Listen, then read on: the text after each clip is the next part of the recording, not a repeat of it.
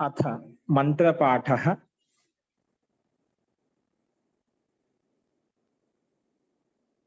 ॐ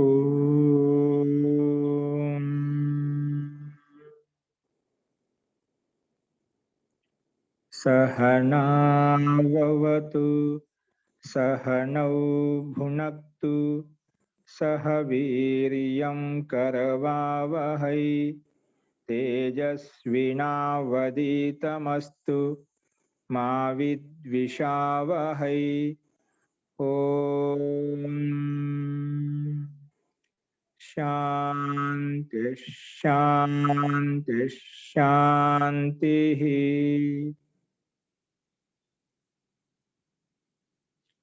सर्वेभ्यो नमः। అందరికీ నమస్కారం అండి. నిన్న చెప్పిన పాఠంలో ఎదుకైన సందేహాలు ఉన్నాయండి. నిన్న మనము చికీర్షకః రూపసిద్ధి చెప్పుకున్న తర్వాత షిండి మొదలు పెట్టుకున్నాము. కాకపోతే ఈ చికీర్షకఃలో ఎవరికైనా ఇంకేమైనా సందేహాలు ఉంటే చెప్పండి, లేకపోతేనా షిండి రూపసిద్ధి మనం మొదలు పెట్టుకున్నాం, అది కంటిన్యూ చేద్దామండి. ఆచార్యజీ నమస్తే. నాకు చికీర్షకలో స్వర ప్రక్రియలో ఉన్న సూత్రాలు ఒక్కసారి మళ్ళీ రెండును ఉదాత్తాత్ స్వరిత ఉదాత్తాత్ అనుదాత్తస్య స్వరితః స్వరితాత్ సంహితాయాం అనుదాత్తానాం, అది అంటే వాటిని ఘటించి వాటికి పెడుతూ మళ్ళీ ఒక్కసారి చెప్తారా? ఇక్కడ ముందు మనకు లితి అనే సూత్రం వచ్చేసి ఎవరికి ఉదాత్తం చేసింది? లితి అనే సూత్రము ఎవరికి ఉదాత్తం చేసింది? ప్రత్యయానికి ముందుండే ఈకారానికి, అంటే చికీలో కీలో ఉండి ఈకి ఉదాత్తం చేసింది. ఎందుకంటే షకారంలో ఉదాత్తం అతో లోపాతో లోపం చేసాం. మామూలుగా దానికంటే ముందు ఆ ఉండేది, స్థానం చేసుకుంటే ఆ వచ్చి కనిపించేది, స్థానం చేసుకుంటే దానికి ప్రాప్తం అవుతుంది. అనల్ విధ వచ్చేసి లేదు, స్థానం కాదని చెప్పింది. కాదంటే మళ్ళీ ముందుకు వెళ్ళిపోయింది. మళ్ళీ అచహ పరస్మిన్ పూర్వ విధ వచ్చేసి మళ్ళీ స్థానం చేసింది. స్థానం చేస్తే మళ్ళీ అకారానికి ఉదాత్తం ప్రాప్తం అవుతుంది. మళ్ళీ నపదాంత దిరువచ్చిన వరేయ అనే సూత్రం చేత స్వర విధును ఉదాత్త స్వరం చేసుకోబోతున్న అటువంటి విధిలో మరి స్థానం కాదు అని చెప్పింది. సరే, కాకపోతే ఆకారం ముందే ఉండి కీలో ఉండే ఈకి ఉదాత్తమైంది. ఓకేనా? ఈ సూత్రం చేత కీలో ఉండే ఈకి ఉదాత్తం, ఈ ఉదాత్తానికి చిహ్నం ఇంటూ గుర్తు పెట్టుకొని చెప్పాను, క్రాస్ గుర్తు పెట్టుకొని చెప్పాను. ఇప్పుడు అది ఉదాత్తం, ఈ ఉదాత్తం ఇది ఉదాత్తం కాగానే వెంటనే అనుదాత్తం పదం ఏకవర్జం, అనుదాత్తం పదం ఏకవర్జం. ఆ ఉదాత్తం ఎవరికే చేసి ఆ ఒక్క పదాన్ని వదిలేసి, ఆ ఒక్క వర్ణాన్ని వదిలేసి సర్వం అనుదాత్తం భవతి, అన్నిటికీ అనుదాత్తం అవుతుంది అని చెప్పింది. ఏం చెప్పింది? అన్ని స్వరాలు అనుదాత్తం అయిపోతాయి, ఇదొక్కటి కాకుండా. ఎవరికైతే ఉదాత్తం చేసావో ఆ ఒక్క వర్ణాన్ని వదిలేసి అందులో ఎన్నైతే స్వరాలు ఉన్నాయో అన్నిటికీ అనుదాత్తం చేసాయి. అంటే అనుదాత్తం అన్నిటికీ అడ్డగీత తీసాయి, దాని అనుదాత్తం అంటాం. సో అందుకే ఈ ఇక్కడ వదిలేసి మిగిలిన చీలో అడ్డగీత వచ్చేసింది. షాలో ఎట్లా లేదు, ఆ షాలో అకాలో ఆ ఉందిదా, ఆ అకలో ఉండే అకారము అడ్డగీత, అకారంలో ఉండే ఆ రెండుకి అడ్డగీత, అట్లా మూడు అనుదాత్తాలు అయిపోయాయి. ఓకేనా? ఓకే అండి, మూడు అనుదాత్తాలు ఇచ్చాయి. ఇప్పుడు అన్ని అనుదాత్తాలు ఏంటి, ఏ స్వరం ఉంటే అయిపోయి అన్ని అనుదాత్తాలు అయిపోతాయి. ఈ కానీ ఏమన్నా ఉంది స్వరం ఉంటే అయిపోయి అనుదాత్తాలు అయిపోయాయి. అనుదాత్తం ఏవి? పదం ఏకవర్జం. నువ్వు ఎవరికైతే ఉదాత్తాన్ని పేరు పెట్టావు, ఎవరికైతే స్వరితాన్ని పేరు పెట్టావు, ఇక్కడ స్వరితం లేదు, స్వరితం వచ్చి మీకు చెప్తాను. ఇక్కడ ఉదాత్తం ఎవరికైతే పెట్టి దాన్ని ఒక్కదాన్ని వదిలేసి మిగిలినవన్నీ అనుదాత్తం చేసుకో, సర్వానుదాత్తో పోతే మొత్తం అనుదాత్తం అయిపోతాయని చెప్పింది. సో అనుదాత్తం అయిపోయాయి. అనుదాత్తం అయిపోయిన తర్వాత వెంటనే మళ్ళా ఇది వచ్చింది, ఏది? అనుదాత్తాత్ ఉదాత్తాత్ అనుదాత్తస్య స్వరితః. ఉదాత్తానికి పక్కన ఏదైతే అనుదాత్తం ఉందో దానికి స్వరితం చేసుకో.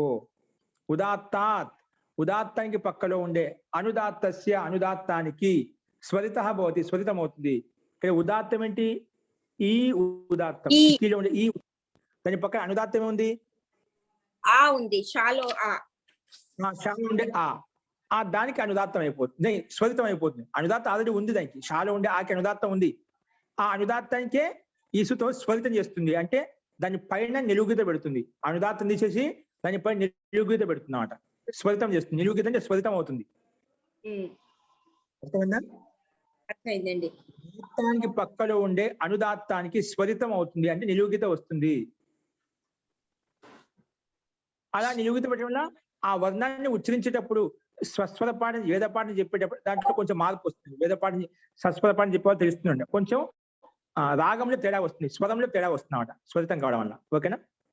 స్వరితం అంటే సమాహార స్వరిత అంటే ఆ వర్ణాన్ని సమానంగా ఎక్కువ గట్టి కాకుండా ఎక్కువ స్లోగా కాకుండా మధ్యలో ఒకే మీడియం శైలి చెప్తూ ఉంటాం, దాన్ని స్వరితం అంటాం. ఉదాత్తం అంటే ఉచ్చ స్వరంతో పలికేది, గట్టి స్వరంతో పలికేది ఉదాత్తం అంటాము. అనుదాత్తం అంటే కింది స్వరంతో పలికేది, చిన్నగా పలికితే అనుదాత్తం అంటాం. స్వరితం అంటే స్వరితం అంటే నా ఎక్కువ చెప్పకుండా నా తక్కువ చెప్పకుండా మధ్యలో చెప్పేదాన్ని స్వరితం అంటాం. కాబట్టి ఈ ఉదాత్తానికి పక్కన ఉండే అనుదాత్తానికి స్వరితం చేశాము. ఓకేనా? అందుకే నిలుగిత వచ్చింది. సార్ ఉండే ఆపై పైన అనుదాత్తం తీసేసి పైన నిలుగిత పెట్టాం. ఆ ఒక్కదానికే మళ్ళా మిగిలిన ఈ అనుదాత్తం ఎలా ఉన్నాయి అలాగే ఉన్నాయండి. ఓకేనా? ఓకే అండి. దాని తర్వాత ఆ అనుదాత్త స్వరితం చేసిన తర్వాత దాని పక్కన కూడా అనుదాత్తం ఉంది, ఉందా? ఉన్నది. ఏ దాంట్లో ఉంది? కకారంలో ఉండే అకారానికి ఉంది. అకారానికి పక్కన ఉన్న అకారానికి ఉన్నది. కకారం ఉండే అకారానికి అనుదాత్తం ఉంది. అదేమో స్వరితాత్ సంహితాయాం స్వరితాత్ సంహితాయాం అనుదాత్తానాం. ఆ స్వరితానికి పక్కన ఉండే అనుదాత్తాలకు ఇక్కడ ఒకటే ఉంది, కొంచెం 2 ఉంటాయి, కొంచెం 3 ఉంటాయి, ఇంకా ఎక్కువ ఉంటాయి. శ్లోకం తీసుకున్నా అంటే వేదమంత్రం తీసుకున్నామంటే. ఓకేనా? ఇక్కడ ఈ పదంలో ఆ స్వరితానికి పక్కన ఏదైతే అనుదాత్తం ఉందో వాటికి ఏక శృతి అవుతుంది. ఏమవుతుందంట? ఆ స్వరితానికి పక్కన ఉండే అనుదాత్తం అయితే ఉందో దాన్ని ఎలా పలకాలంటే ఏక శృతి, ఒకే శృతితో పలుకు, ఒకే విధంగా పలుకు అని ఏక శృతి అయిపోతుందని చెప్పింది. ఆ స్వరితానికి పక్కన అనుదాత్తం అయితే ఉందో, ఇప్పుడు ఒకటి ఉంది కదా, ఒకటి అనుదాత్తం కకారం అకారం ఏక శృతి అవుతుందన్నమాట. పక్క మొత్తం శ్లోకం వేదమంత్రం తీసుకున్నాం అనుకోండి, పక్కన ఏవైతే స్వరితానికి పక్కన ఉన్నటువంటి వర్ణాలు ఏవైతే ఉన్నాయో అనుదాత్తాలు అవన్నీ ఏక శృతిలో ఉంటాయి, ఒకే శృతి ఉంటున్నాడు, ఒకే విధంగా పలుకుతాం. ఓకేనా? అది సంగీతం. స్వరం ఏమవుతుంది? ఏకశృతి అంటే ఆ శబ్దానికి స్వరితం పక్కన ఏ ఉన్నా అన్ని ఏకశృతి అవుతాయండి. అన్ని ఒకటే స్వరితం అయిపోతాయి, అంతే కదా? ఏకశృతి ఒకటే శృతి, ఒకటే విధంగా వినిపిస్తాయి. స్వరితానికి పక్కన ఏవైతే వర్ణాలు ఉన్నాయో అనుదాత్తాలు ఉన్నాయి, అనుదాత్తం పెట్టాం కదా, అవి అయితే అనుదాత్తం ఉందో అవన్నీ కూడా ఏకశృతి ఒకే విధంగా. శృతి అంటే వినిపించే ఒకే విధంగా వినిపిస్తామంట. అక్కడ రాగము ఏముండదు, ఒకే లయబద్ధంగా పలుకుతామంట. ఇప్పుడు సరి గమ అన్నప్పుడు సరి గమ మా అని సాగదిస్తామంట, అది ఒకటే విధంగా సాగుతూ ఉంటుందన్నమాట. సంగీతం అంటే వాళ్ళు చెప్తుందా సా రీ అయిన సాగదిస్తున్నామంట అంతిమంలో. అలాగా అంతిమ స్వరం అయితే ఉందో అది ఒకే లయబద్ధంగా ఉంటుంది, దాంట్లో ఎక్కువ మార్పు కావాలి, ఎత్తు తగ్గులు కావంట. స్వరంలో ఉచ్చస్వరంతో అధోస్వరంతో పలకమంట ఒకే విధంగా ఉంటుంది. ఏది? స్వరితానికి పక్కనే వచ్చేటివి అన్నమాట. ఓకేనా? ఏక శృతి అంటే సమాన శృతి, ఒకే విధంగా పలుకుతాం, ఒకే విధంగా చెప్తాము. ఓకేనా? ఓకే అండి, ఇప్పుడు అర్థమైంది. స్వరితం తర్వాత స్వరితం లాగానే వచ్చేసేస్తున్నాయి అనిపిస్తుంది, అంటే ఏక శృతి. స్వరితానికి పక్కన ఉండే అనుదాత్తాలు ఏవైతే ఉన్నాయో ఆ వర్ణాలు ఒకే శృతిలో ఒకే విధంగా పలుకుతాము. ఓకే అండి, అర్థమైంది. దాన్ని ఏక శృతి అంటాం. ఓకేనా? ఓకే అండి. ఏక శృతి అంటే ఒకే శృతి అంటే వినేటం ఉంటుంది. ఓకేనా? ఓకే అండి, అర్థమైంది. ధన్యవాదాలు. ముందుకు ఏ దానికైతే ఉదాత్తం చేసినా అదొక్కనే వదిలిపెట్టి మిగతా ఆటోమేటిక్ ఉదాత్తం అయిందంటే అన్ని అనుదాత్తాలు అయిపోతాయి. అదేవిధంగా అనుదాత్తం అయిపోయినాక తర్వాత ఆ ఉదాత్తానికి పక్కన అనుదాత్తం ఏదైతే ఉందో దానికి స్వరితం చేసుకుంటాము. మళ్ళీ స్వరితానికి కూడా పక్కన అనుదాత్తం ఉంటే దానికి ఏక శృతి అయిపోతుంది, ఒకే శృతి వినిపిస్తుంది. ఇప్పుడు చాలా మంది వేద మంత్రాలు సస్వర పాఠం చెప్తూ ఉంటారండి. ఎట్లా చెప్తున్నది? సస్వర పాఠం అంటే రాగయుక్తంగా చెప్తుంటారు. కొంతమంది రాగయుక్త ఏకశృతి చెప్పొచ్చు. ఏకశృతి అంటే సామాన్య స్థితి, దానికి స్వరం ఉండవంట. ఉదాత్త అనుదాత్త స్వరితాలు ఉండవు. అంటే ఉదాత్త అనుదాత్త స్వరితం లేకుండా సామాన్యంగా పలకడం. చాలా మంది మంత్రాలు చెప్తూ ఉంటాం, అది సామాన్య స్వరం సామాన్యంగా చెప్తుంటారు, రాగయుక్తం కాకుండా సామాన్యంగా పలకడం, దాన్ని ఏకశృతి అంటాం. కాబట్టి తప్పులు లేకుండా చెప్పాలన్నమాట, సమానంగా సామాన్య స్వరం చెప్పడం, దాన్ని ఏకశృతి అంటాం. ఒకటి ఉదాత్త అనుదాత్త స్వరయుక్తం చెప్పడం, ఒకటి ఏక శృతిలో చెప్పడం. అవి మన తర్వాత స్వర ప్రకారం వస్తే అక్కడ స్పష్టం అవుతుంది. అక్కడ ఏక శృతిలో కూడా మనం మంత్రాలు చెప్పవచ్చు. సస్వర పాఠం చెప్తే సంగీతమయంగా ఉంటే, రాగయుక్తంగా ఉంటే ఇంకా చూడటానికి వినసంపుగా ఉంటుంది, అది ఉత్తమైంది. లేకపోయినా కూడా ఏక శృతిలో కూడా మనం మంత్రాలు చెప్పవచ్చు. కాబట్టి అక్కడ తప్పులు లేకుండా చదవాలి. ఏకశృతులు అంటే ఒకే లయబద్ధంగా సామాన్య శృతిలో మనం చెప్పొచ్చు, దాన్ని ఏకశృతి అంటాం. ఆ స్వరితానికి పక్కన ఉండేటువంటి వర్ణాలు ఏవైతే ఉన్నాయో అవి ఏకశృతిలో పలకబడతాయి. ఓకే, ఉచ్చరించబడతాయి. అయితే ప్రతి పదానికి మనం స్వరం చెప్పొచ్చు. ప్రతి పదం ఏ పదం ఉన్నా ప్రతి పదానికి స్వరం ఉంటుంది. ప్రతి పదానికి నెక్స్ట్ రాబోయే మనకు సూత్ర 2వ పాదంలో స్వర ప్రకటన వస్తుంది. అగ్నిమీడే పురోహితం యజ్ఞస్య దేవం ఋత్విజం హోతారం రత్నధాతమం అనే వేద మంత్రము ఋగ్వేదంలో మొట్టమొదటి మంత్రము. దానికి మొత్తం స్వరం చెప్పి అక్కడ స్వరం చేశామండి, స్వర ప్రకటన చూపించామంట. అంటే అగ్నికి స్వరం ఏంటి, ఈడేకి స్వరం ఏంటి, అగ్నిమీడే పురోహితంకి స్వరం ఏంటి, అట్లా మొత్తానికి స్వరం చెప్పామాట. అక్కడ మీకు రూపసిద్ధి చూపిస్తాను. అంటే వేదమంత్రం మొత్తం స్వరాన్ని బట్టి అర్థంలో మార్పులు వస్తాయి, స్వరాన్ని బట్టి కూడా అర్థంలో మార్పు వస్తుంది. అట్లా ప్రతి పదానికి స్వరం ఉంటుంది. అది మొత్తం పదాలన్నీ కలుపుకొని మనకు దీని అర్థం ఎలా తీసుకొని కూడా మనకు అక్కడ ఒకటి ఉదాహరణ కోసం మనకు ఒక రూపసిద్ధి చూసామండి. కాబట్టి అక్కడ చెప్పుకున్నాము మనం. సో ముఖ్యంగా గుర్తుపెట్టుకోవాల్సింది, నువ్వు ఏ దానికైతే ఉదాత్తం చేశావో ఆ ఉదాత్తం చేయగానే మిగిలినటువంటి ఉదాత్తము లేదా స్వరితం అండి, రెండు వస్తాయన్నమాట. ఉదాత్తం చేసినా స్వరితం చేసినా, ఇక్కడ ఉదాత్తం చేసాం కొంచెం స్వరితం చేస్తాం, నిలువుకి డైరెక్ట్ వచ్చేస్తుంది, నిలువుగీత డైరెక్ట్ గా వస్తుంది. ఆ నిలువుగీతను వదిలిపెట్టి మిగిలినటువంటి ఆటోమేటిక్ గా అనుదాత్తాలు అయిపోతాయి. అనుదాత్తం లేకపోతే మళ్ళా ఆ నిలువుగీత పక్కన ఉండే స్వరితానికి పక్కన ఉండే అనుదాత్తం ఏదైతే ఉందో దానికి మళ్ళీ ఏకశృతి అవుతుంది. ఉదాత్తానికి పక్కన ఉంటే అది స్వరితం అయిపోయేది, కానీ ఉదాత్తానికి పక్కన అనుదాత్తం స్వరితం చేసుకునేవాడు.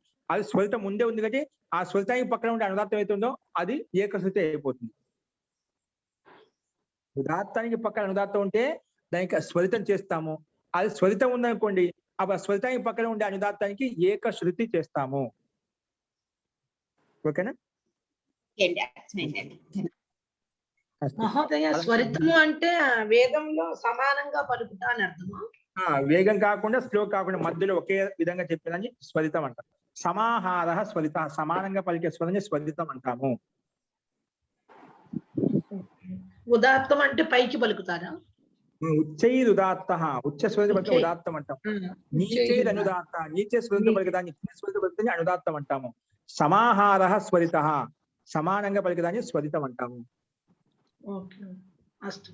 అది కూడా నేను మహోదయ, చెప్పండి సోమనాథ్ గారు.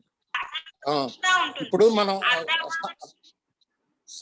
సమశ్రుతిలో చదివినప్పుడు మరి స్వరాలు లేనప్పుడు అర్థాలు మారిపోతున్నాయి కదండి, వేదం యొక్క అర్థాలు మారిపోతున్నాయి కదా.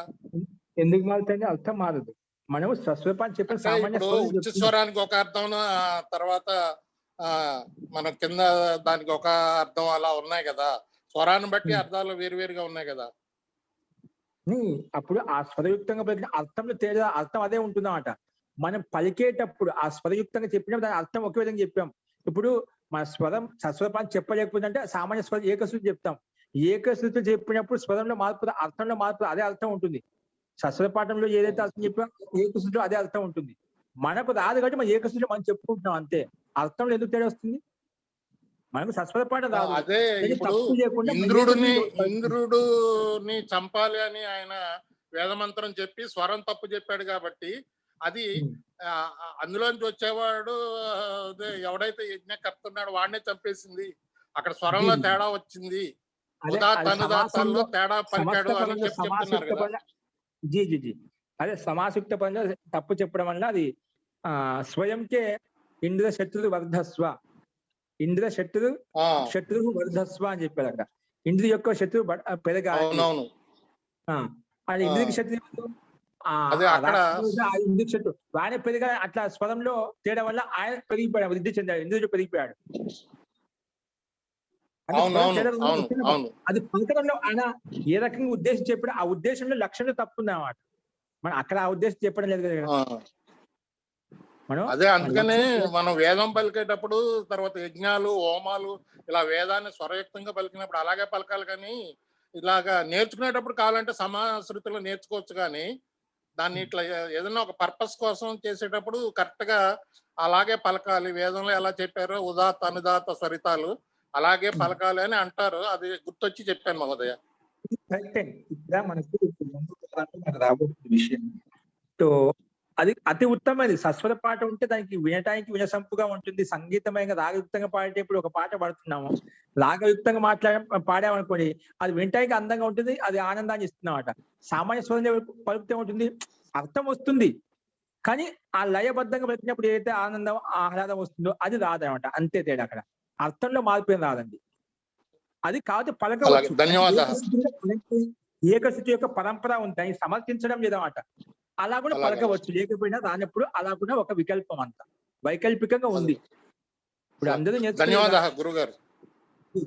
అట్లా ఏకశృతి కూడా చెప్పొచ్చు అని చెప్పి మనకు మీకు హిందీ టచ్ ఉంటేనే, మీకు హిందీ ఒకేలా అలవాటు ఉంటేనే ఒకటి క్లిష్ట సంఖ్య చెప్తున్నాను. 49 యజ్ఞ కర్మణ్య జపన్యం కసామసు 1వ అధ్యాయము 2వ పాదంలో 34 సూత్రం అండి. ఇక్కడ స్వర ప్రకారం అక్కడ ఉందన్నమాట. ఏకశృతి దూరా సంబుద్ధౌ యజ్ఞ కర్మణ్య జపన్యం కసామసు. ఇది వేదం మహర్షి యొక్క పాణి యొక్క సూత్రమే ఉందన్నమాట. యజ్ఞ కర్మణ్యే జపన్యం కసామసు. ఇక్కడ ఈ సూత్రం చెప్పుకుంటే మీకు ఒక స్పష్టం అవుతుంది. అలా కూడా మనకు ఏకశృతి కూడా చెప్పవచ్చు అని చెప్పి మనకు ఇక్కడ ఒక వైకల్పికం మహర్షి పాణి చెప్పాడు. అంతేకాని అక్కడ అర్థంలో తేడా అర్థం అదే ఉంటుంది. కానీ తప్పులు లేకుండా చదవాలి. ఏకశృతి అనేంత మాత్రం ఇష్టానుసారంగా చదవడం కాదు. అర్థంలో లేశమా తప్పు ఉండదండి. అర్థంలో తప్పు తేడా రాదు. రాగంలో సాగరిజంలో దాంట్లో కొంచెం అది స్వరబద్ధంగా ఉండదు అంతేకాని, కానీ అర్థం మటుకు ఒకే విధంగా ఉంటుంది.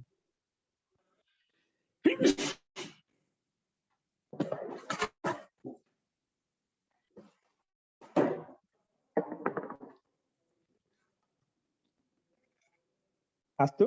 సో అది మనకు ప్రమాణయుక్తంగా ఉంది కాబట్టి అది కూడా ఒక వైకల్పం పెట్టే అనివార్యం కాదు. అది స్వరం పాఠం ఇస్తే అతి ఉత్తమమైంది మనకు. ఓకే, అస్తు అండి. ఇంకెవరికైనా సందేహాలు ఉన్నాయండి?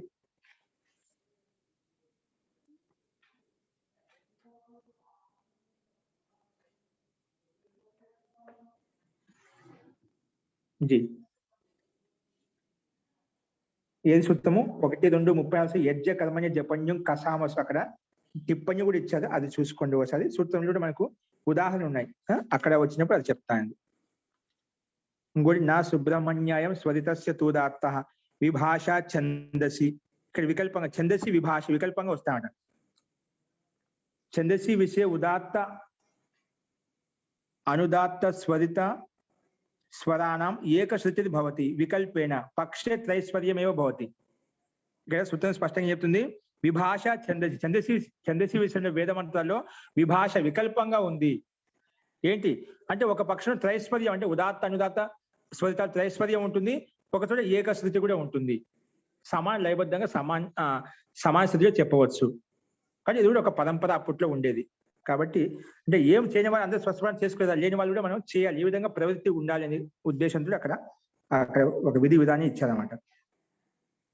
అస్తు. సో ఇక్కడ మనకు విభాష ఛందసి ప్రకారంగా అతి స్పష్టం అవుతుంది. మనకు విభాష వికల్పంగా కూడా ఇచ్చాడు, వైకల్పికం ఇచ్చాడని చెప్పి మనకు ఈ విషయంలో ఉంది. అస్తు. మొట్టమొదటి ప్రాధాన్యత మనకు స్వస్వర పాఠం నేర్చుకుంటే అతి ఉత్తమది. అందరూ నేర్చుకోలేదు కాబట్టి ఎవరైతే సామాన్య వ్యక్తులు కూడా వీటి ఏ విధంగా రక్షించుకోగలగాలి, ఏ విధంగా దీని జీవితంలో వేదమంత్రం యొక్క అర్థాన్ని అర్థం చేసుకోవాలి, జీవితంలో దాన్ని ఉపయోగించుకోవాలనేది ముఖ్య ప్రాధాన్యత కాబట్టి, అర్థ ప్రాధాన్యత కాబట్టి అది కూడా ఒక వైకల్పికంగా కూడా ఒక పరంపర సంప్రదాయం ఉండేది. అస్తు. సో సిండి చూడండి ఇప్పుడు. సిండి ఓకేనా? ఇంకొక సందేహాలు ఉన్నాయండి? ఓకే, రాసుకోండి. ఇప్పుడు మనము శిశ్లి గత ధాతువుకి ఉపదేశే అజనునాసిక ఇత్ అనే సూత్రం చేత లిరుకారానికి అనుబంధ ఇత్ సంజ్ఞ ప్రకారంగా ఇత్ సంజ్ఞ పేరు పెట్టాము. తర్వాత దశలోప ఆదర్శం లోపం చేసుకున్నాము. అప్పుడు శిస్ మిగిలింది. తర్వాత భూవాదయో ధాతు ప్రకారంగా దానికి ధాతు సంజ్ఞ కూడా పేరు పెట్టాం. ఏం పేరు పెట్టాం? ధాతు సంజ్ఞ. ధాతు సంజ్ఞ పేరు పెట్టిన తర్వాత ధాతుకి అధికారం ఎక్కువ ఏం తీసుకున్నాం? లోట్ చ. ఏం ప్రత్యయం తీసుకొచ్చాం? లోట్ చ. లోట్ చ అనే సూచన విద్యాదిషు అర్థేషు లోట్ ప్రత్యయో భవతి చెప్పాం. ఏ ప్రత్యయం? లోట్ ప్రత్యయం. అది తెచ్చుకున్నాం. ఏంటి? షిస్ లోట్. షిస్ లోట్. లోట్ లకారం వచ్చిందన్నమాట.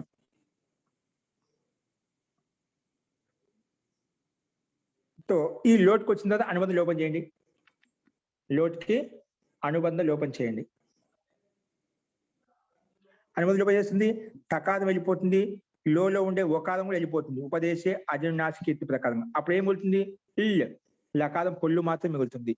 డైరెక్ట్ గా లోట్ ఇత్యేస్య అనుబంధ లోప అన్నాయండి. లోట్ ఇత్యేస్య అనుబంధ లోప.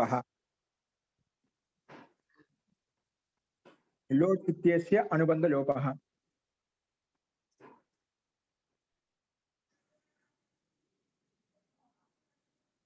లోట్ ఇత్యేస్య అనుబంధ లోప. తో దాని అనుబంధ లోపం ఏది మిగులుతుంది? షిస్ ఇల్ లకారం పొల్లు మిగులుతుంది. షిస్ ఇల్. ఇప్పుడు దీనికి ఎదుగు రాయండి. పునః పునః పూర్వవత్. దానికంటే ముందు ఒకసారి రాయండి. లహ కర్మణిచ భావే చాకర్మ కేభ్య. ఇది చాలాసార్లు రాయించాము, ఓన్లీ సూత్రం రాసుకోండి. లహ కర్మణిచ భావే చాకర్మ కేభ్య.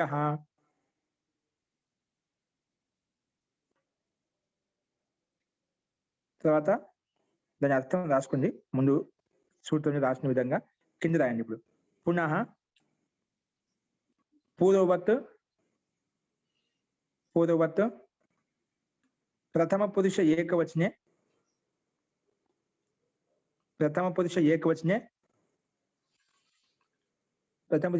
లకారస్థానే తి ప్రత్యయ భవతి.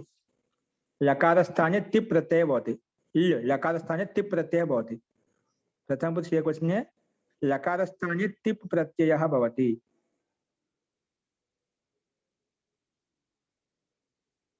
प्रथम पुरुष एकवचने लकारस्थाने तिप् प्रत्ययः भवति.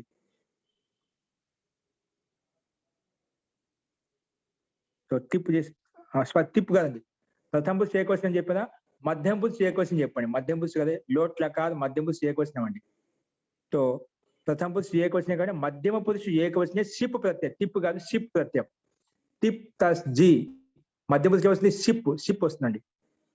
మధ్యమ పురుష ఏకవచనే సిప్ ప్రత్యయः భవతి. మధ్యమ పురుష ఏకవచనం వస్తుంది, షిప్ వస్తుంది. షిప్ అండి.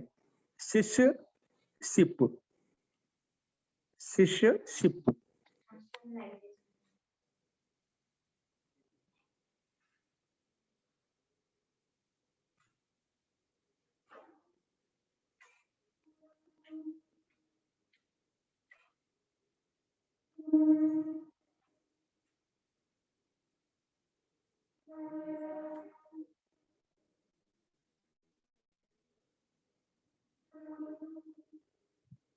శిశు షిప్. ఇప్పుడు దీనికి విధంగా రాయండి. తింగ్షిత్ సార్వధాతుకం అంటే షిప్ కి సార్వధాతు సంజ్ఞ వచ్చింది. తింగ్షిత్ సార్వధాతుకం. తింగ్షిత్ సార్వధాతుకం. తింగ్షిత్ సార్వధాతుకం.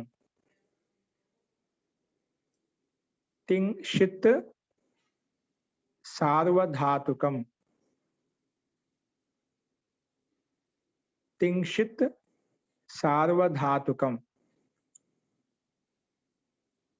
అనే सूचना सिप् प्रत्ययस्य सार्वधातुक संज्ञा भवति. सिप् प्रत्ययस्य किं भवति? सार्वधातुक संज्ञा भवति.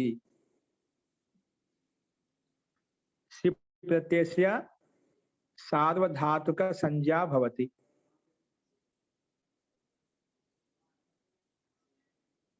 सिप् प्रत्ययस्य సార్వధాతుక సంజ్ఞా భవతి. ఇప్పుడు రాయండి. సార్వధాతుక సంజ్ఞ పెట్టిన తర్వాత రుదాదిభ్యష్ణం రాయండి. రుదాదిభ్యష్ణం. ఊరికే సిప్కి సార్వధాతుక సంజ్ఞ పేరు పెట్టి వెళ్ళిపోయింది. అప్పుడు రుదాదిభ్య స్క్రీన్ మీద చూసుకోండి. రుదాదిభ్యష్ణం. రుదాదిభ్యష్ణం అనేన సూత్రేణ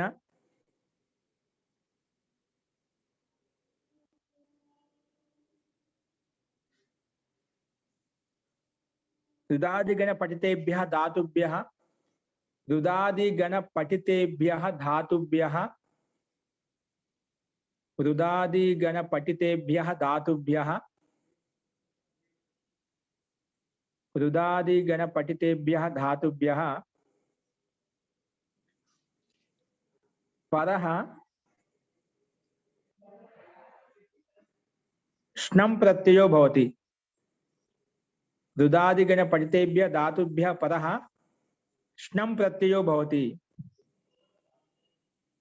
స్నం ప్రత్యయో భవతి.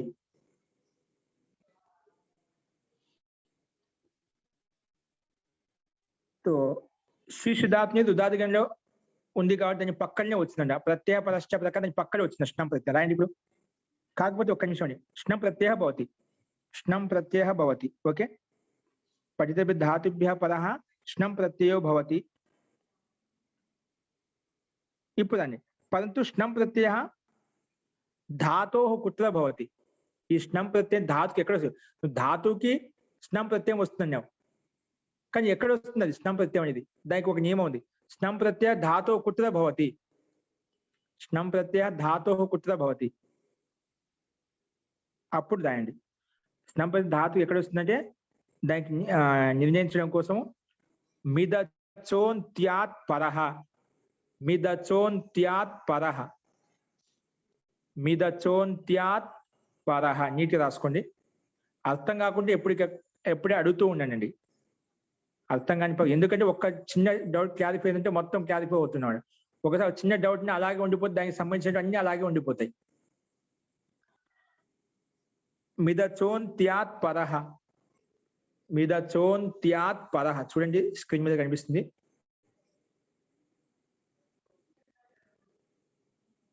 మిదచోంత్యాత్ పరః.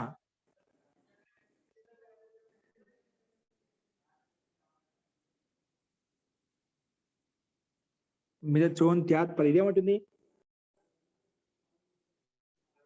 రాసుకోండి. మిదచోంత్యాత్ పరః ఏమంటుందంటే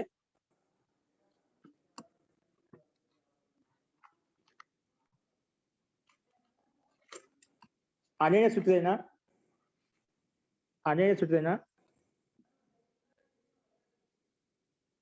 అచా మధ్యే యో అంతిమ అచ్. అనేన సూత్రేణ అచా మధ్యే యో అంతిమ అచ్. అచా మధ్యే యో అంతిమ అచ్. అచా మధ్యే యో అంతిమ అచ్ తస్మాత్ పరో మిత్ భవతి. తస్మాత్ పరో మిత్ భవతి. అచా మధ్యే యో అంతిమ అచ్ తస్మాత్ పరో మిత్ భవతి. దాని పక్కన మిత్ వస్తుందండి. అంటే మిత్ అని నుమ్ వస్తుంది. తస్మాత్ పరో నుమ్ భవతి. లేదు నుమ్ రాసుకో. నుమ్ అంటే నుమ్మును మిత్ ఎందుకంటే నుమ్ములో అనుబంధం లోపం చేస్తే మకానికి గిత్త అయిపోతుంది. మకానికి ఇత్సం చేసి లోపం చేస్తాం, అందుకే మిత్ అని చెప్పాం. మకానికి ఇత్సం చేసి లోపం చేస్తాం అంటే మిత్ అని చెప్పాం అనమాట.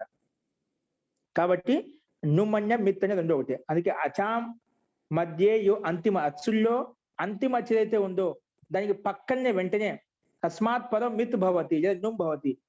అచాం మధ్యే యో అంతిమ అచ్.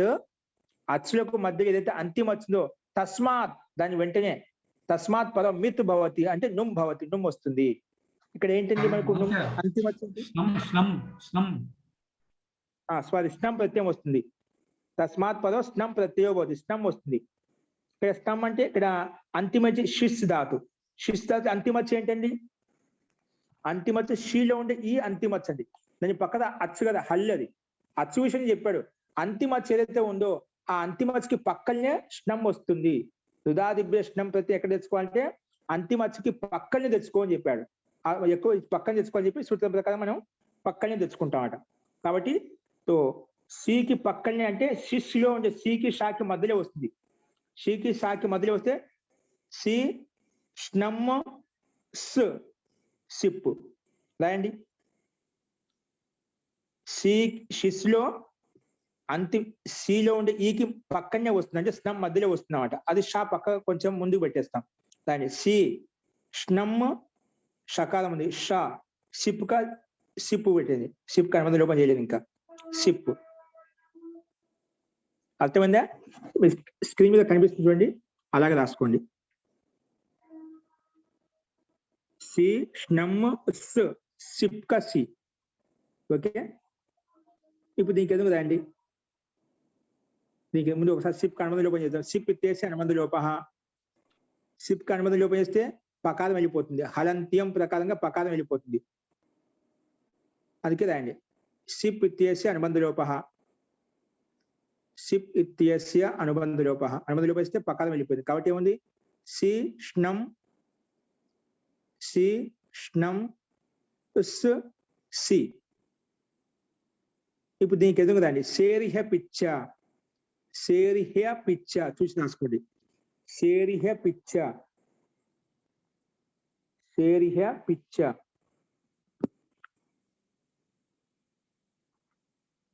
సేరిహ పిచ్చ.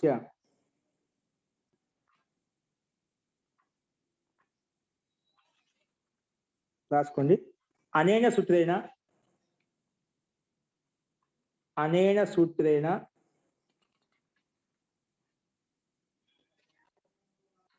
సూత్రేణ లోటు ఆదేశస్య సిపః స్థానే లోటు ఆదేశస్య సిపః స్థానే లోట్ స్థానం ఏం ఆదేశం వచ్చిందండి? లోట్ ఆదేశం. లోట్ లకార స్థానంలో ఏదైతే ఆదేశం వచ్చిందో ఏం ఆదేశం వచ్చింది? సిప్ తీసుకొచ్చాం కదా. లోట్ లకారానికి అనుబంధం లోపేసి ఇల్లు మిగిలింది. ఆ లకార స్థానంలోనే సిప్ తీసుకొచ్చామంట. అందుకే లోట్ ఆదేశస్య సిపః స్థానే లోట్ లకార స్థానంలో వచ్చిన సిప్ ఏదైతే ఉందో ఆదేశం ఆ సిప్ స్థానంలో లోట్ ఆదేశస్య సిపః స్థానే హి హకారం ఇకారం హి ఇతి అయం ఆదేశో భవతి. సిపః స్థానే హి ఇతి అయం ఆదేశో భవతి. అంటే సిప్ స్థానంలో హి వచ్చేస్తామట. అంటే సిప్పులో ఉండే సి స్థానంలో సిపః స్థానే హి ఇతి అయం ఆదేశో భవతి. హి ఇతి అయం ఆదేశో భవతి.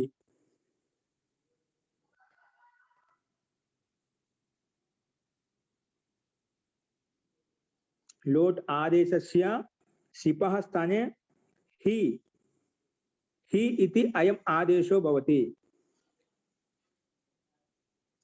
హి ఇతి అయం ఆదేశో భవతి. కామ అపిత్ చ భవతి స ఆదేశః. ఇంకేం చెప్పాడు? హి ఆదేశం అవుతుంది. ఆ ఆదేశం ఎలా అవుతుంది? అపిత్ చ భవతి స ఆదేశః. అపిత్ భవతి స ఆదేశః. అపిత్ భవతి స ఆదేశః. అపిత్ భవతి స ఆదేశః. అపిత్ భవతి స ఆదేశః. అంటే ఈ సూత్రం ఏం చేసింది? లోట్ లకార స్థానంలో వచ్చిన సిప్ ఏదైతే ఉందో ఆ సిప్ స్థానంలో హీ చేసింది. హీ మాత్రమే చేయకుండా ఆ హీని ఏం చేసి అపిత్ చేసింది. అంటే దాంట్లో పకారం ఇత్తు చేయనట్టుగా భావించింది. అంటే ఎందుకంటే మనం స్థానిక ప్రకారంగా సిప్ స్థానంలో వచ్చిన హీ ఆదేశం సిప్పువత్ అవుతుంది. అంటే పకారం దాని సిప్పులో పకారం ఇత్ సంధ్య ఉంది కదా. ఇది కూడా పకారం పిత్ అవుతుందన్నమాట. కాబట్టి దీన్ని అపిత్ భవతి. హీ ఆదేశం వస్తుంది. స్థానివత్ ప్రకారంగా అది సిప్పువత్ కాదు. అంటే దీంట్లో పకారం ఇత్తు చేయబడదు. స్థానివత్ ప్రకారంగా ఇత్తు కాకూడదని చెప్పి స్థానివత్ ప్రకారంగా సిప్పు స్థానంలో వచ్చిన ఆదేశం సిప్పువత్ అవుతుంది. అలా కాకూడదని చెప్పి ఏం చెప్పాడు? సిప్పు స్థానం హీ వస్తుంది కానీ ఇది అపిత్ భవతి. అంటే పకారం లేని విధంగా వస్తుంది. అంటే పిత్తువత్ చేయలేదు. పకారానికి ఇత్తు అయిన విధంగా చేయలేదు. అందుకే అపిత్తువత్ భవతి స ఆదేశః. ఓకేనా? అంటే ఇది అపిత్ అయిపోయిందన్నమాట. ఓకే, ఏమైపోయింది? ఇప్పుడు రాసుకోండి. అంటే హీ వచ్చింది. హీ చేయండి. సి ష్ణం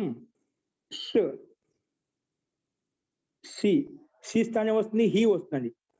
ఆ సి స్థానం హీ చేయండి సూత్రం ప్రకారంగా. సి ష్ణం సిప్ స్థానంలో హీ. సిప్ కా సి పెట్టుకున్నా కదా, ఆ సి స్థానంలో హీ పెట్టేసింది. హీ. ఓకే, ఇప్పుడు దీనికి ఎదురు రాయండి. స్నం ఇత్యస్యాపి అనుబంధ లోపః. స్నం ఇత్యస్యాపి అనుబంధ లోపః. స్నం ఇత్తి అస్య అపి అనుబంధ లోపః. స్నం ఇత్యస్యాపి అనుబంధ లోపః. तो స్నం అనుబంధ లోపం చేయండి. స్నం ఇత్యస్యాపి అనుబంధ లోపః. అనుబంధ లోపం చేస్తే ఏమవుతుంది? కేవలం నకారం ఆది షకారం వెళ్ళిపోతుంది, అంతిమంలో ఉండే మకారం వెళ్ళిపోతుంది. అంటే మధ్యలో ఉండే నకారం మాత్రమే మిగులుతుంది. మధ్యలో ఉండే నకారం మాత్రం మిగులుతున్నాం. అందుకే దాన్ని షి నా ష్ హి, షి నా నమ్మక నా మిగిలింది. అక్కడ శిష్ లో షకారం ఉంది కదా, అది అట్లా ఉంటుంది. పక్కన సిప్కా స్థానం వచ్చిన హి ఎలా ఉందో అలాగే ఉంది. ఓకే, అది గుర్తుపెట్టుకోండి. షి నా ష్ హి. ఇప్పుడు రాయండి. ఇప్పుడు ఇది హీకి అపిత్ చేసాం కదా, అపిత్ చేయడం వల్ల అపిత్వాత్, శేర్య పిచ్చ శేర్య అపిచ్చ వచ్చేసి సిప్పు స్థానం వచ్చిన హీ అపిత్ చేసింది. అపిత్ చేయడం వల్ల ఏమొచ్చింది, వెంటనే అపిత్ చేయడం వల్ల వెంటనే గోసుతం వచ్చింది. అపిత్వాత్ రాయండి. దానికి ఎదురు మీద అపిత్ హోనేసే అంటే అపిత్ కావడం, అపిత్ చేయడం వలన. నా పిత్ అపిత్ అంటే పకారం ఇత్ లేదు ఎక్కడైతే దాన్ని అపిత్ అంటామండి. హీలో పిత్ లేదన్నమాట, అందుకే అపిత్ అని చెప్పాం. అపిత్ హోనేసే అపిత్వాత్, అపిత్వాత్ డాష్ ఇచ్చి కింద రాయండి. అపిత్వం చేయడం ఏమైపోతుంది, సార్వధాతుకం అపిత్, సార్వధాతుకం అపిత్, సార్వధాతుకం అపిత్. అనేన సూత్రేణ అపిత్ సార్వధాతుకం గిత్వత్ భవతి. అపిత్ సార్వధాతుకం కిం భవతి, గిత్వత్ భవతి.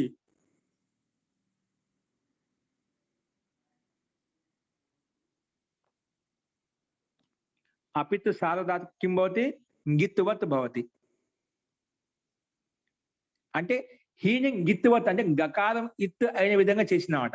గిత్వత్ అనుకోని చెప్పి అంటే గకారం ఇత్ చేస్తే ఏ విధంగా ఉంటుందో దీంట్లో కూడా అంటే గకారం ఇత్ చేస్తే ఏవైతే పనులు జరుగుతాయి ఇక్కడ గిత్వత్ చేయడం వల్ల ఇక్కడ కూడా దాన్ని కూడా నిమిత్తం చేసుకొని వేరే పనులు ఏవైతే ఉన్నాయో అవి చేసుకోవచ్చు. మొత్తానికి గిత్వత్ అంటే గకారం ఇత్ అయిన విధంగా దీన్ని చేసుకోని చెప్పినమాట, గిత్వత్ చేసినమాట. అందుకే ఏదానికి హీని గిత్వత్ చేసింది. అపిత్ ఇది అపిత్తే అనమాట, సార్వధాతుకం. షిప్కు సార్వధాతుకం అయినప్పుడు దాని స్థానం వచ్చిన హీ కూడా సార్వధాతుకమే. కాకపోతే అక్కడ పిత్ అని చెప్పాం కాబట్టి ఇక్కడ పిత్ కాకుండా అపిత్ అని చెప్పింది. సూత్రం విశేషంగా చెప్పింది కాబట్టి దీన్ని పిత్ కాకుండా అపిత్ అని భావిస్తాం. అపిత్గా భావించడం వల్లనే సార్వధాతుకం అపిత్ అనే సూత్రం వచ్చేసి అపిత్ సార్వధాతుకం ఏదైతే ఉందో అది గిత్వత్ భవతి. గకానికి ఇత్ చేసిన విధంగా దీన్ని భావిస్తాము, అందుకే గిత్వత్ భవతి అని చెప్పింది. సరే, గిత్వత్ చేయడం వల్ల ఏం లాభం వచ్చింది, హీకి గిత్వత్ చేశావు, అందులో గకా ఇత్ చేసిన విధంగా చేశావు. దాని ఏం లాభం వచ్చిందంటే గిత్వత్ చేయడం వల్ల రాసుకోండి. స్నసోరల్లోపః,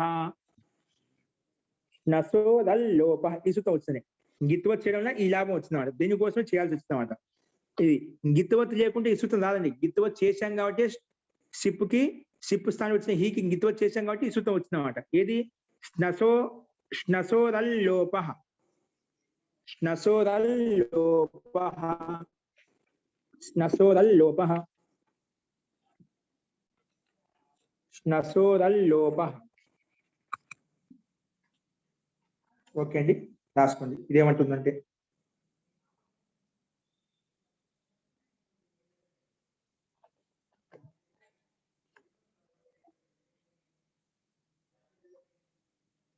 చూడండి, అనేన సూత్రేణ స్నసోరల్లోపః సూత్రాన్ని అర్థం చేసుకోండి. అనేన సూత్రేణ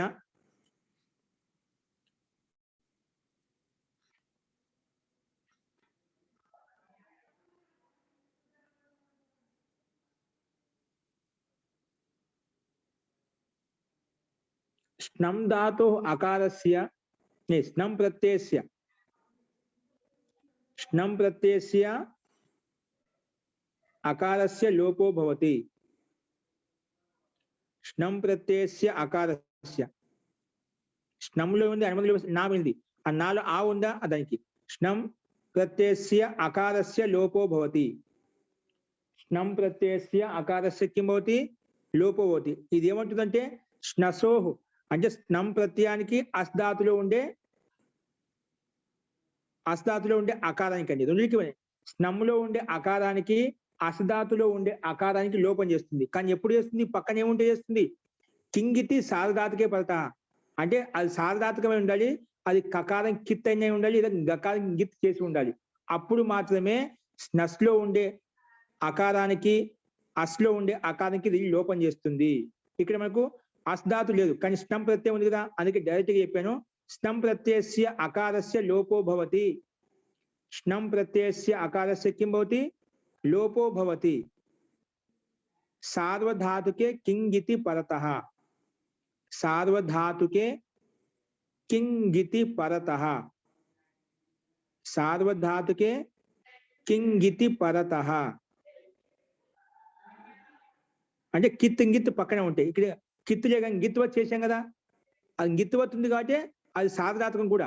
సిప్పు స్థానంలో వచ్చింది కాబట్టి సిప్పు సార్వధాతుకం అయినప్పుడు దాని స్థానం వచ్చిన ఈ కూడా సార్వధాతుకమే కాబట్టి అది సార్వధాతుకం అపిత్ ప్రకారంగా దాన్ని గిత్తువత్ కూడా చేసాం. అందుకే గిత్తు కూడా.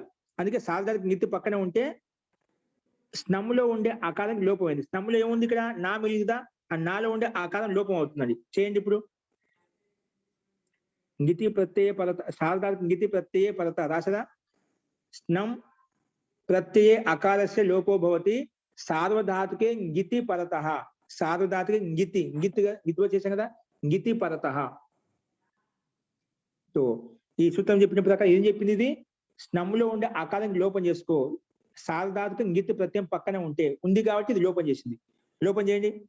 నాలో ఉండే ఆ లోపం చేస్తే సిన్ ష్ హి. నా పూర్తిగా ఉండే నా న హలంతం అయిపోయింది. న ష్ హి ఇది వచ్చిందండి. ఓకేనా? షి అన్న ష్ హి. ఇప్పుడు రాస్తుంది.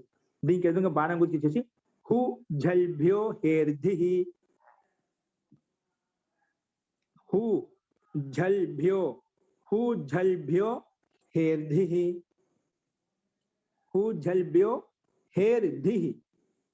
హేర్ధి.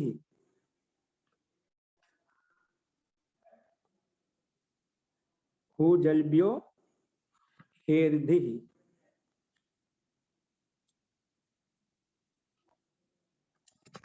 అనేన సూత్రేణ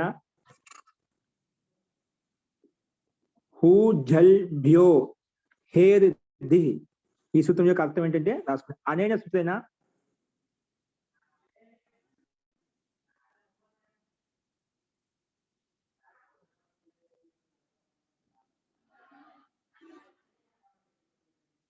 హూ ఇతి ఏతస్మాత్ ధాతోః. హూ ఇతి ఏతస్మాత్. హూ ఇతి ఏతస్మాత్ అంటే హూ ధాతు పక్కలో లేదా హూ ఇతి ఏతస్మాత్ కామ జలంతేభ్యశ్చ. జలంతేభ్యశ్చ. జలంతేభ్యశ్చ అంటే జల్ అంటే జలంతు ఉండాలంట. అంటే జల్ ప్రత్యాహారం ఉండే వర్ణం అంతిమంలో ఉండాలి. జలంతేభ్యశ్చ ఉత్తరస్య. ఉత్తరస్య హలాదేహి. హలాదేహి. హలాదేహి హి స్థానే. హలాదేరి హి స్థానే. హలాదేహి. హలాదేరి హి స్థానే ధి ఇతి అయం ఆదేశో భవతి. ధి ఇతి అయం ఆదేశో భవతి. హలాదేర్ హి స్థానే ధి ఇతి అయం ఆదేశో భవతి. ఇక్కడ హలంత్ ధాతు అండి. సి న్ ష్ అనేది హలం జలంతం అండి. ఇది హూ ధాతు లేదు కానీ హూ ఇతి ఏతస్మాత్ ధాతు పక్కన అంటే హూ ధాతుకి పక్కలో కానీ హూ ధాతుకి పక్కలో హీ ఉంటే దానికి ఏమవుతుందంట? ధీ అవుతుందా? హూ ధాతుకి పక్కలో హీ ఉంటే ధీ అవుతుంది. హూ ధాతుకి పక్కన లేదు కానీ రెండో ఆప్షన్ ఏమి ఇచ్చాడు? జలంతేభ్యశ్చ ఉత్తరస్య. జలంత ధాతు ఉంది కదా, ష్ మూర్ధన్య షకారం ఉంది, జల్ అనేది. అది జల్ అంతిమంలో ఉంది. అది జలంతేభ్యశ్చ ఉత్తరస్య. ఉత్తరస్య ఏముండాలి? హలాదే హీ స్థానే. హల్ ఆదిలో ఉన్నటువంటి హీ హికార స్థానంలో. హలాదే హి హే హి స్థానం అంటే హీ స్థానే అర్థంలో. హీకే హే హే అవుతుంది షష్ఠీ విభక్తి ఏకవచనంలో. హే హి స్థానం అంటే హీ స్థానంలోని అర్థం. అస్తు హలాదే హే హి స్థానే అంటే హీ స్థానంలో ధి ఇతి అయం ఆదేశో భవతి. హీ స్థానంలో ధి వస్తుందంట. అది చేయండి. ఇక్కడ జలంతం ఉంది, దాని పక్కలో హీ ఉంది, ఆ హీ స్థానంలో ధి అయిపోయిందండి. హీ స్థానంలో వచ్చింది ధి. హా దిశ ధా పెట్టాము, పక్కన ఈ ఎలాగ ఉందో అలాగే ఉంది. అందుకే రాయండి సి న్ ష్. ఈ స్థానం ధి వచ్చిందండి ఈ సూత్రం ప్రకారం. హూ ఇతి ఏతస్మాత్ జలంతేభ్యశ్చ ఉత్తరస్య హలాదేహి హేహి స్థానే హి ఇతి అయం సారీ హే స్థానే ధి ఇతి అయం ఆదేశో భవతి ధి ధ ఒత్తు ధ ధి ఇతి అయం ఆదేశో భవతి సో ధా చేయండి ఇప్పుడు షి న్ ష్ ధి ఓకేనా షి న్ ష్ ధి స్క్రీన్ మీద చూసుకోండి ఎలా వస్తుందో ఇప్పుడు దీనికి ఎదుగు రాయండి స్టునాష్టు ఏంటండి స్టునాష్టు స్టునాష్టు షకారం పక్కలో తవర్గం ఉంటే ఏమవుతుందండి షకారం పక్కన తవర్గం మూర్ధన్య షకారం పక్కన తవర్గం ఉంటే ఆ తవర్గం తవర్గంగా మారిపోతుంది స్టునాష్టు ప్రకారంగా రాసుకోండి అనేన సూత్రేనా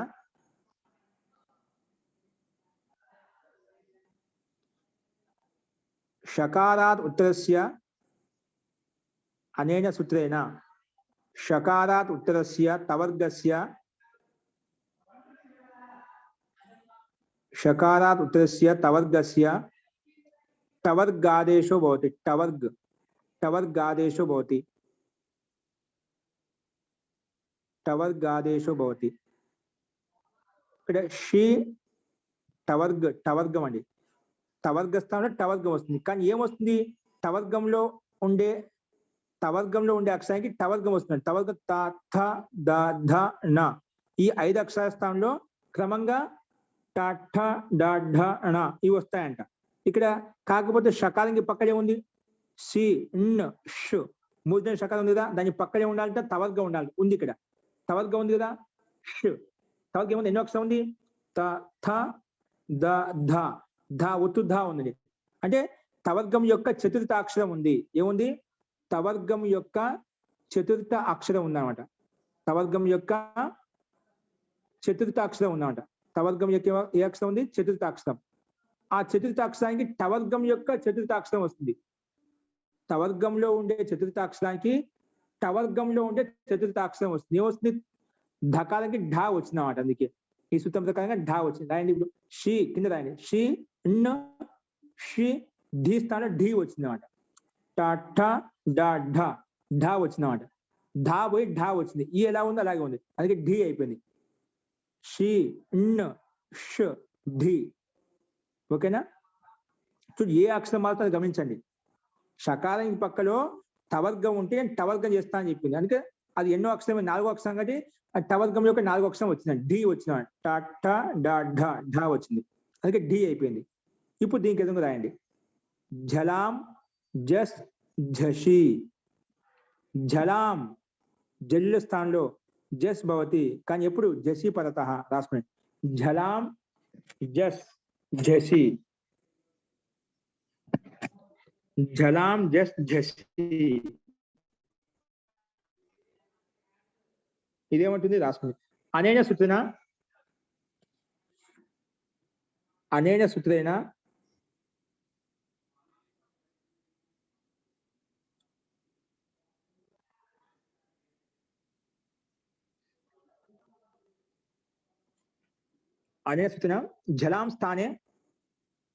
జలాం స్థానే జస్ భవతి జస్ జబ గడ వస్తాయంట జలాం స్థానే జస్ భవతి జలాం స్థానే జస్ భవతి परंतु झसी परतः झसी परतः झसी జస్ వర్ణములు ఉంటేనే అంటే జల్లుల స్థానంలో జల్ అంటే జభయించి మొదలుకొని లాస్ట్ వరకు అండి దాని ఆ వర్ణాల స్థానంలో జల్ ప్రత్యాహారంలో వర్ణాల స్థానం వస్తుంట జస్ వస్తుంది జస్ అంటే జబ గడ ఈ 5 అక్షరాలు జస్ వస్తుందంట జబ గడ ఈ 5 అక్షరాలు వస్తాయి కానీ ఈ 5 అక్షరాలు దాంట్లో ఏమొస్తాయి పక్కనే ఉండాలి జసి వర్ణములు ఉండాలంట జబైలో ఉండే జాన్సి వరకు జబ గడస్లో ఉండే అక్షరాలు ఒకటి పక్కన జసి వర్ణములు పక్కన ఉంటే అప్పుడు జల్లు స్థానే జస్ వస్తుంది ఓకేనా అందుకే జలాం స్థానే జస్ భవతి జసి పరతః అర్థాత్ అంటే झल् शकारस्थाने झल् शकारस्थाने डकारः भवति। झल् शकारस्थाने जस् डकारः भवति। जस् डकारः भवति, जस् डकारः भवति, परंतु झसि ढी परतः జస్లో వస్తుంది, ఢీ అనేది జస్లో వస్తుంది, జసి ఢీ పరత జసి ఢీ పరత అంటే జల్ జల్ షకారస్థానే మహోదయ జల్ షకారస్థానే జస్ డకారः भवति, ड सामान्य डकारं डकारः भवति। झसि ढी परतः జస్ వరంలో వచ్చింది, జసి ఢీ పరత, ఈ ఢీ జస్ లో వస్తుంది, జస్ ప్రత్యాహారంలో వస్తుందన్నమాట, జసి ఢీ పరత, ఢా వస్తుంది కదా, అది పక్కన ఉంది కాబట్టి ఆ షకాసం డా వస్తుంది, సామాన్య డకారం వస్తుంది, అందుకే దాని ఎలా వస్తుంది ఇది. అవి ఇప్పుడు మనకు జ బ గ డ ద ఇన్ని అక్షరాలు డాని ఎందుకు పెట్టుకున్నాం, షకార స్థానంలో మూర్ధన్య షకార డా ఎందుకు వచ్చింది, అప్పుడు స్థానేంతరతమః ఇది వచ్చి చెప్తుందండి. కింద సూచన ఊరికే స్థానేంతరతమ నియమ ప్రకారేణ ఆదేశ భవతి, అంతరతమ ఆదేశ భవతి రాసుకుంది సూత్రం రాయండి. స్థానేంతరతమ స్థానేంతరతమ ఈ సూత్రం చెప్పిండు, అంటే ఏదైతే స్థానంలో అత్యంత సదృశ్యంగా ఉందో ఆ వర్ణం పెట్టుకో. స్థానే అత్యంత సదృశతమ ఆదేశ భవతి, స్థానంలో అత్యంత సదృశ్యంగా ఉండేది ఆదేశంగా వస్తుంది అని చెప్తున్నాం. కాబట్టి ఏది ఆదేశంగా ఉంది, షాకి స్థానం ఏంటి, రిటు రస మూర్ధన్య, మూర్ధ స్థానం అండి. ఏంటిది షక ఎలా పలుకుతాము, మూర్ధాతో పలుకుతాం, అంటే స్థానం అంటే మూర్ధ స్థానం. కానీ ఇక్కడ ఢాకి స్థానం ఏంటి, రిటు రస మూర్ధ, ఇది కూడా మూర్ధ స్థానమే. కాబట్టి మూర్ధ స్థానము మనకి మూర్ధ స్థానంలో ఉండే వర్ణమే రావాలి ఇక్కడ, అంటే షకాల మూర్ధ స్థానం కాబట్టి జ బ గ డ ద ఈ 5 అక్షరాల నుంచి మూర్ధ స్థానంలో ఉన్నటువంటి అక్షరం ఏంటి, జ అనేది ఏంటి, ఇతు లస్ అనే ఇచు యశా స్థాల వ్యాపక జ అనే తాళు స్థానము, మళ్ళా రి ఇదేంటి రిటు రస మూర్ధన్య. జబ గడదలో ఉండే 5 అక్షరాల నుంచి మనకు జాని డాని ఎందుకు పెట్టుకున్నంటే, మొట్టమొదటికి జా అనేది తాళు ఇచు యశా స్థాలవ్య ప్రకారంగా అది తాళు స్థానము. తర్వాత బా అనేది బా అనేది ఉప పద్మానీయ ఓష్ట్యా ప్రకారంగా బా అనేది ఓష్ట స్థానం, ఇది సమానంగా లేదు. ముందుది తాళు స్థానం సమానంగా లేదు. జ బ గ డ డా అనేది మూర్ధ స్థానం, రిటు రస మూర్ధ టవర్గంలో ఉండే అక్షరం కదా, ఇది మూర్ధ స్థానం, అంటే ఇది మూర్ధ స్థానము సమానంగా ఉన్నాయి. కాబట్టి ఇది మూర్ధ స్థానం, ఇది కూడా మూర్ధ స్థానం, ఇది మూర్ధతో పలకరించేటువంటి అక్షరము, ఇది కూడా మూర్ధతో పలకరించేటువంటి అంటే ఉచ్చరించేటువంటి అక్షరం. కాబట్టి రెండు సమానంగా ఉన్నాయి కాబట్టి స్థానము వర్ణోచ్చర స్థానం సమానంగా ఉంది కాబట్టి ఇది సాదృశ్యంగా ఉంది కాబట్టి ఇక్కడ డకారం పెట్టుకున్నాము. ఎందుకంటే జ బ గ డాని సమానంగా ఉంది, సాదృశ్యంగా ఉంది. మళ్ళీ దా కూడా సమానంగా ఉండదు జబ గడదస్లో, కానీ సమానంగా ఉండే డానే కాబట్టి అదే పెట్టుకున్నాము. ఏది చెప్పేది మాట, స్థానేంతరతమ వచ్చి చెప్పింది, స్థానే అంతరతమ ఆదేశ భవతి ప్రకారంగా. ఓకే, సో ఇప్పుడు డా రాయండి. షి నా మూర్ధ షకాసం డా వచ్చింది, డా డి షి న డా డి. ఇప్పుడు ఏం వస్తారు, జరో జరి సవర్ణే ఏమొస్తుంది, జరో చూసి రాసుకోండి, జరో జరి సవర్ణే, జరో జరి సవర్ణే, జరో జరి సవర్ణే అనేన సూత్రేణ, స్క్రీన్ మీద చూసుకోండి, అనేన సూత్రేణ అనేన సూత్రేణ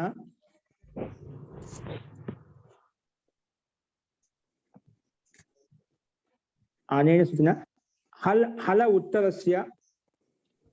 ఉత్తరస్య అంటే హల్ ప్రత్యాహారంలో ఉండే వర్ణానికి పక్కలో హల ఉత్తరస్య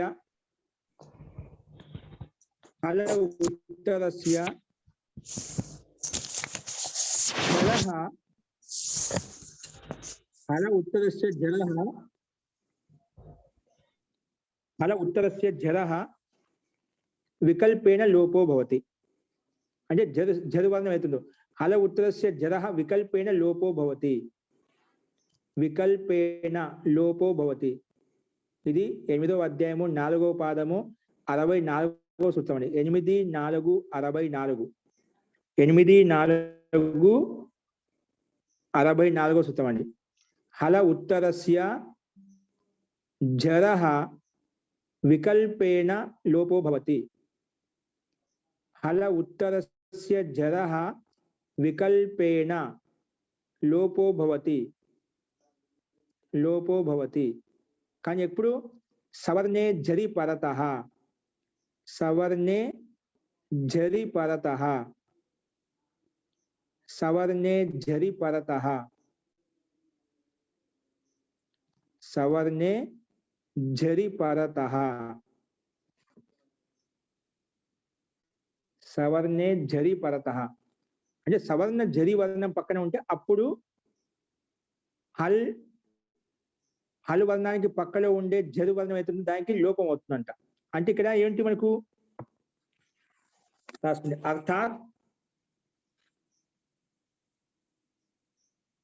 డకారస్య స్థానే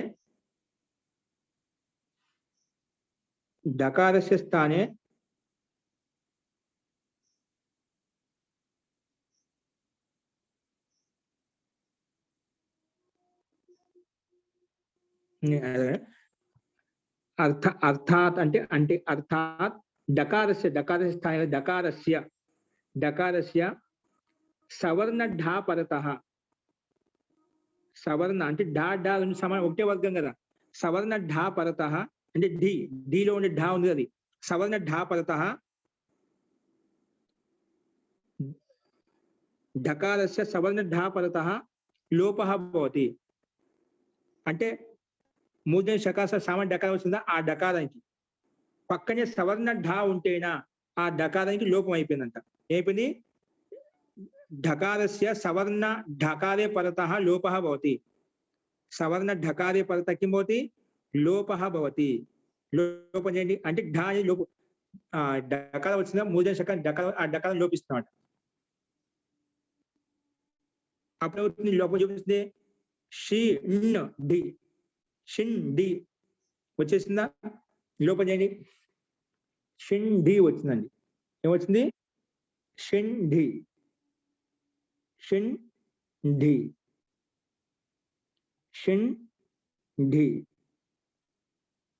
ఇది మనకు ఇంతవరకు షిండి అనే రూపం సిద్ధించిందండి.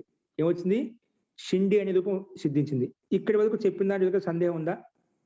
అన్ని సూత్రాలు ఎక్కడ ఏ సందర్భంలో వచ్చి పనిచేసి చూసే తెలిసిందే కదా. ఎప్పుడు ఏ రకంగా పనిచేశాయని షిండి రూపం వచ్చింది. Shin D.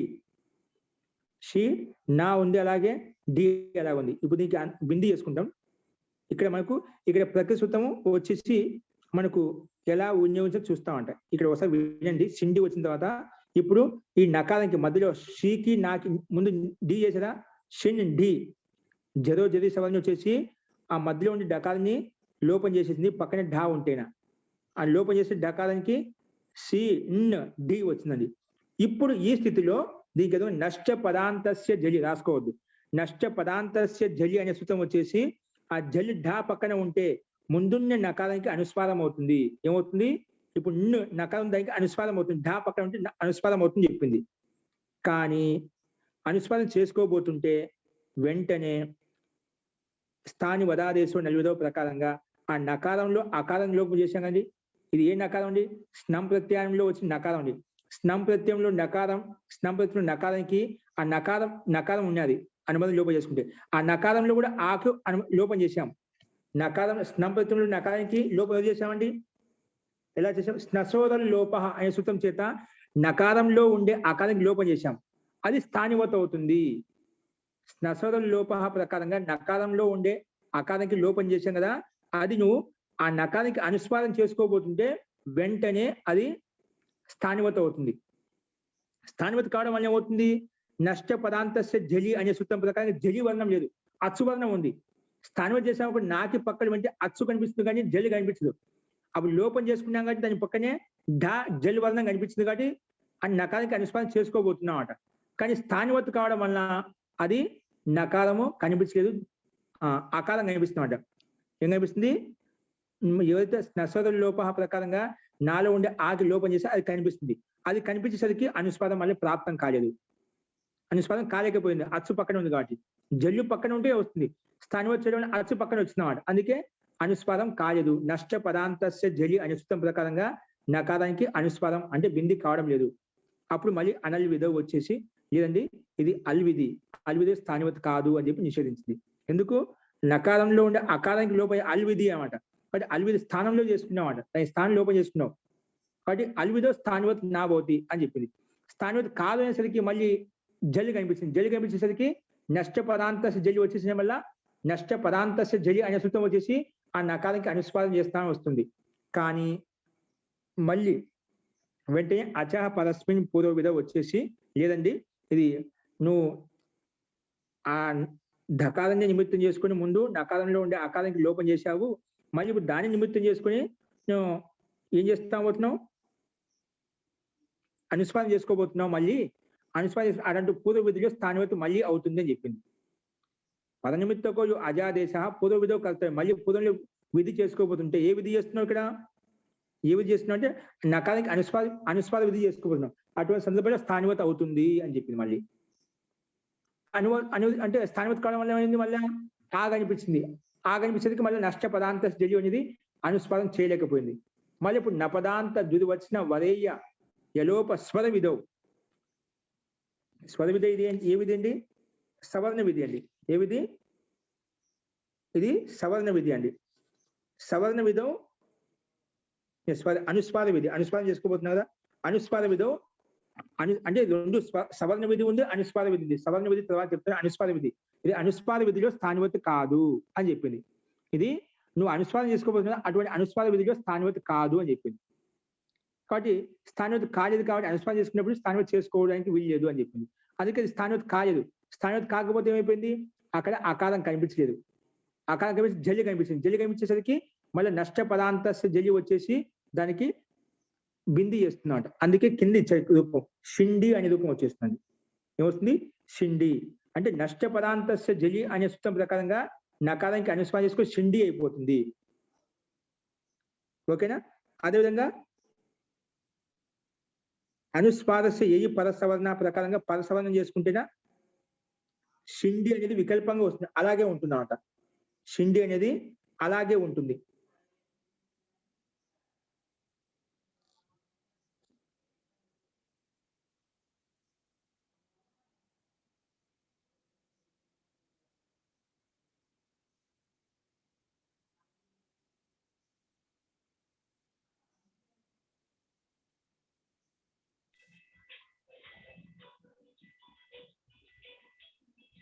ఓకే అండి.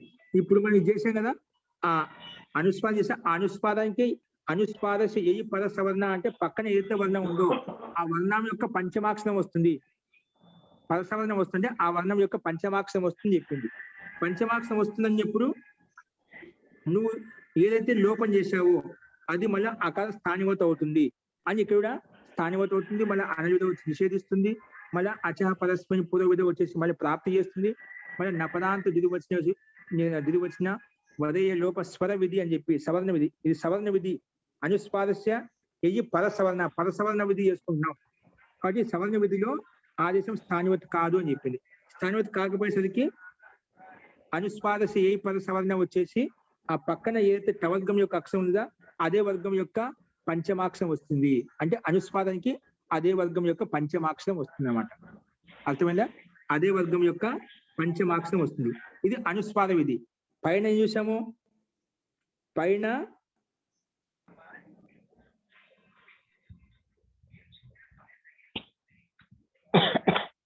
అనుస్వాదం చేసుకోబోతున్నాము. అనుస్వాదం చేసుకోబోతుంటే అనుస్వాదస్య ఏ నష్ట పదాంత జలి అనుస్వాదం చేసుకోబోతుంటే ఇది వచ్చేసి అనుస్వాద విధి స్థానివత్తు కాదని చెప్పింది. అందుకే అక్కడ మనము స్థానివత్తు కాకపోవడం వల్ల అనుస్వాదం చేసుకున్నాం, షిండి అయిపోయింది. షిండి అనుస్వాదం వచ్చిన తర్వాత మళ్ళీ అనుస్వాదస్య ఏ పరసవర్ణ అనే సూత్రం వచ్చేసి పక్కన వర్ణం ఏదైతే ఉందో ఆ వర్ణానికి పంచమాక్షరం వస్తుందని చెప్పింది. కానీ పంచమాక్షరం చేసుకోబోతుంటే మళ్ళీ స్థానివత అవుతుంది అకారం, మళ్ళీ అనల్ విధ వచ్చేస్తుంది, మళ్ళీ అచయ పరస్యం పుర విధ వచ్చేస్తుంది, మళ్ళీ నపదాంత ద్వివచనం వచ్చింది. ఇది సవర్ణ విధిగా స్థానివత కాదని చెప్పింది. స్థానివత కాకపోయేసరికి అనుస్వారస్య ఏ పరసవర్ణ ప్రకారంగా పరసవర్ణం అంటే టవర్గానికి పంచమాక్షరము టట డడ నా వచ్చేసింది. అందుకే షిండి కింద రూపం వచ్చింది. ఆ రకంగా కూడా మనము రూప సిద్ధి తయారవుతుంది. ఈ రకంగా మనము చూసుకోవాలండి. ఓకేనా? ఇది రాయించలేదు, అది అంటే మనం నపదాంత విధివచన వరే లోప స్వర సవర్ణాన్ని విధి అనేది అది రాయించాలి. మన షిండి అనే రూపం వరకు ఎలా వచ్చి చూసాము. ఇప్పుడు అర్థం చేసుకుంటా అని చెప్పి దాన్ని ఎక్స్ప్లెయిన్ చేశాను. ఏ సందర్భంలో నష్ట పదాంతస్య జలి వచ్చేసి అనుస్వారం చేస్తుంటా అంటే ఇది వద్దని చెప్తుంది. అందుకే అనుస్వారం అయిపోయింది. అనుస్వారం అయిపోయిన తర్వాత కూడా మళ్ళీ అనుస్వార శై పరసవర్ణ వచ్చి పరసవర్ణ చేస్తా అంటే అక్కడ మళ్ళీ స్థానివత అవుతుంది. స్థానివత అవుతుంటే స్థానివత కాదని చెప్పి నపదాంత విధివచన వచ్చి చెప్పినామంట. ఎందుకు? ఇది సవర్ణ విధి. సవర్ణ విధిలో స్థానివత కాదు అని చెప్పింది. అందుకే స్థానివత కాకపోయేసరికి అకారం కనిపించలేదు. అకారం కనిపించలేదు అంటే అనుస్వారస్య ఏ పద సవర్ణ వచ్చేసి అది పక్కన ఉండే టవర్గానికి పంచమాక్షరం టట్ట డడ్డ అనా చేసింది. అందుకే షిండి అయిపోయింది. అంటే అనుస్వారంకే మళ్ళీ అనా అయిపోయింది. అందుకే షిండి. ఒకటి షిండి బిందితో ఉంటుంది, ఒకసారి ఆ బిందికే టట్ట డడ్డ పంచమాక్షరం నా వస్తుంది. అందుకే షిండి షిండి అలా 2 రకాలుగా రూపాలు ఉంటాయి. ఈ రకంగా మనం షిండి అనే రూపసిద్ధిని చూసాము. కాబట్టి దీనికి ఏదైతే నోట్స్ ఉందో అది మనం రేపు రాసుకున్నామండి. ఇందులో ఏదైనా సందేహం ఉంటే చెప్పండి, లేదంటే రేపు చూద్దామండి. అర్థమైందండి అందరికి?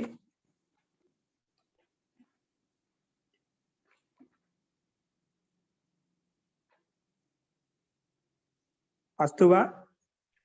అస్తు అస్తు మహోదయ. అస్తు అండి. అస్తు. ఇంకేమైనా సందేహం ఉంటే తర్వాత చూద్దాం. మంత్రపాఠం. ఓం